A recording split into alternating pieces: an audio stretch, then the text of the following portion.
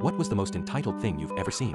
I used to work at a hotel. On even normal days, our parking lot was small and could sometimes not even accommodate every guest's vehicles. We certainly did not have enough room to be a public parking lot. One day, this man and his grandson came in, and he immediately identified himself as Captain John Smith, U.S. Army retired.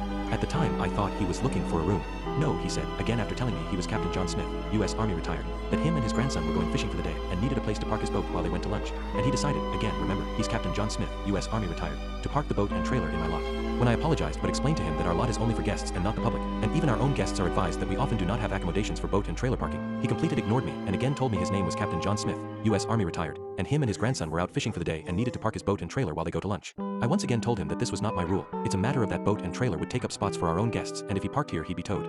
He again replied his name was Captain John Smith, U.S. Army retired, and no tow truck would tow him. It took way too long to tell him that he was not parking here, and again he threw in a few more Captain John Smith, U.S. Army retired along the way to imply his service somehow entitled him to park a large boat and trailer in a private hotel lot despite not being a guest there, and never mind it taking up room for actual guests' vehicles. I think after the 7th or 8th time he finally realized that I was not going to allow him to park in my lot, but he had to add on one more, I'm Captain John Smith, U.S. Army retired, and I've never been treated this way before, as he grabbed his grandson and sulked out.